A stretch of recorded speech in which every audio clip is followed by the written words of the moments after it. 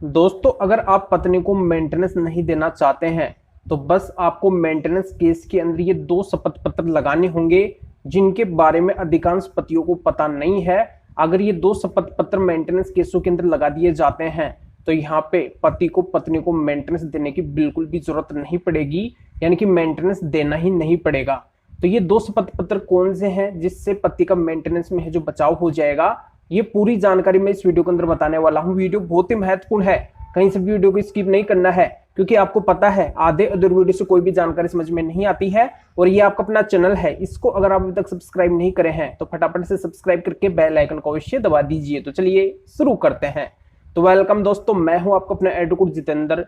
तो दोस्तों, जब पत्नी अलग होती है पति से तो वो सर्वप्रथम क्या चाहती है कि पति से उसको मेंटेनेंस मिलना चाहिए और ज्यादा से ज्यादा है जो उसको मेंटेनेंस मिलना चाहिए। तो वो क्या करती है कि मेंटेनेंस केस के अंदर जो पति की इनकम है, जो आय है, उसको बढ़ा चढ़ा के दिखाती है कि पति है जो इतना कमाते हैं, इतना अधिक कमा रहे हैं और उनके ऊपर है जो कोई भी जिम्मेदारियां नहीं है और उन्होंने मुझे घर से बाहर निकाल दिया है, मेरे को उसने अपने से अलग कर दिया है, मैं अलग रह रही हूँ, मेरे बच्चों के साथ में रह रही हूँ या फिर मैं अकेले रह रही हूँ, तो मुझे है जो पति से मेंटेनेंस चाहिए, मुझे मेंटेनेंस की जरूरत है। तो यहाँ पे कोर्ट के द्वारा क्या किया जाता है कि पत्नी की बातों के ऊपर विश्वास करके और पति के ऊपर मेंटेनेंस लगा दिया जाता है, क्योंकि पति है जो घबरा जाते हैं, उस मेंटेनेंस केस के अंदर मजबूती से बात ही नहीं रखते हैं। अगर मेंटेनेंस केस हो गया तो वो भी समझते हैं कि कोर्ट जो बोल रही है, कोर्ट जो मेंटेनेंस लगा रही है वो सही लगा रही होगी, मुझे नहीं पता है। वो जानते ही नहीं है कि सिस्टम क्या होता है। इस वजह से क्या होता है कि उनके ऊपर बिना वजह मेंटेनेंस लग जाता है। जब पत्नी की गलती होती है, पत्नी झूठी होती है,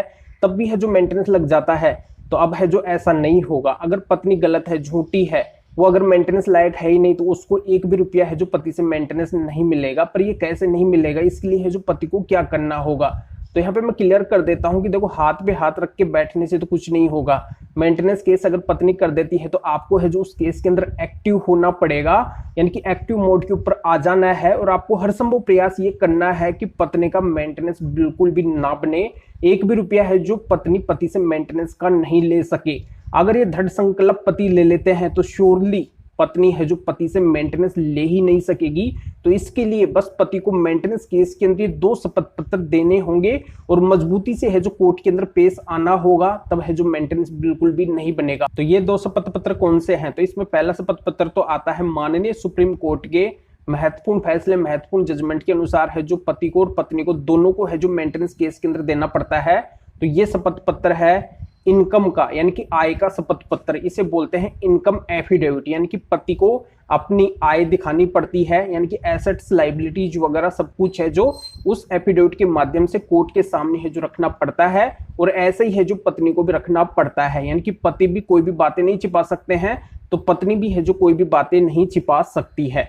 अब यहाँ पे पत्नी जब मेंटेनेंस केस के अंदर पति की आय, इनकम वगैरह पति के ऊपर कोई भी डिपेंड नहीं बताती है, तो यहाँ पे पति उस इनकम एफिडेविट के माध्यम से ये कोर्ट के सामने क्लियर कर सकते हैं कि पति की आय केवल इतनी है। पत्नी ने तो यहाँ पे बढ़ा चढ़ा के लिखाया है और पति के ऊपर लायबिलिटीज भी है, जिम्मेदारियां भी हैं, यानी कि पति के उस आय में से, उस इनकम में से खर्चे भी हैं। तो पति को क्या करना है, अपनी आय बतानी है और जितने भी उसके तमाम खर्चे हैं वो सारे के सारे खर्चे हैं जो कोर्ट के सामने उस एफिडेविट के माध्यम से है जो रखना है। तो इससे जाहिर हो जाएगा कि पति कम कमा रहे हैं और उस इनकम में से पति के खर्चे भी हैं। तो यहाँ पे पत्नी की वो सारी बातें है जो झूठी होगी कोर्ट के सामने, जो पत्नी ने बढ़ा चढ़ा के बताई है कि पति है जो इतना कमाते हैं। और दूसरा, जब पत्नी भी अपना इनकम एफिडेविट कोर्ट के सामने देगी, कोर्ट के अंदर देगी, तो पत्नी की भी आय कोर्ट के सामने आ जाएगी, क्योंकि पत्नी भी है जो अपनी आय को कोर्ट के सामने शो करेगी।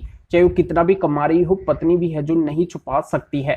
क्योंकि बहुत से मामलों के अंदर क्या होता है कि पत्नी छुपा लेती है, अपनी एजुकेशन नहीं बताती है, यानी कि वो कितनी पढ़ी लिखी है ये कोर्ट के सामने नहीं बताती है, साथ में अपनी इनकम भी नहीं बताती है। अगर वो जॉब वगैरह कर रही है, कोई बिजनेस कर रही है, तो वो भी है जो कोर्ट के अंदर नहीं रखती है, ये बात बिल्कुल नहीं बताती है।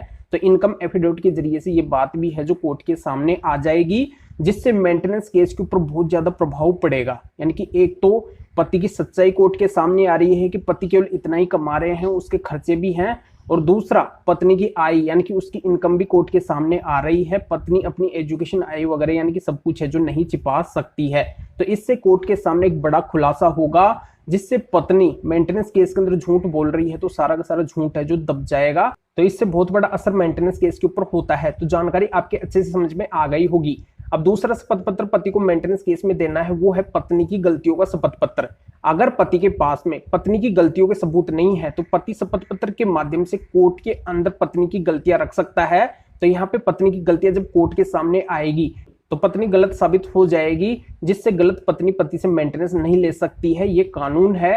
तो आपको क्या करना है, दोनों शपथ पत्र के माध्यम से कोर्ट के सामने मजबूती से बात रखना है, कोर्ट को कन्विंस करना है। बस आपको ये सोच लेना है कि पत्नी को मुझे मेंटेनेंस नहीं देना है, हर हाल के अंदर नहीं देना है। इस तरीके से आपको कोर्ट के अंदर मजबूती से बात रखनी है। तो श्योरली मैं गारंटी लेता हूं कि आपको पत्नी को मेंटेनेंस बिल्कुल भी नहीं देना पड़ेगा, क्योंकि कोई भी चीज आजकल असंभव नहीं है। आप अगर चाहें तो यहाँ पे दृढ़ अगर संकल्प ले लेते हैं तो आपको मेंटेनेंस नहीं देना पड़ेगा। तो आपको क्या करना है, वीडियो को लाइक करना है और शेयर भी करना है, जो और लोगों तक ये जानकारी पहुंच सके। तो वीडियो देखने के लिए आप सभी का बहुत बहुत धन्यवाद।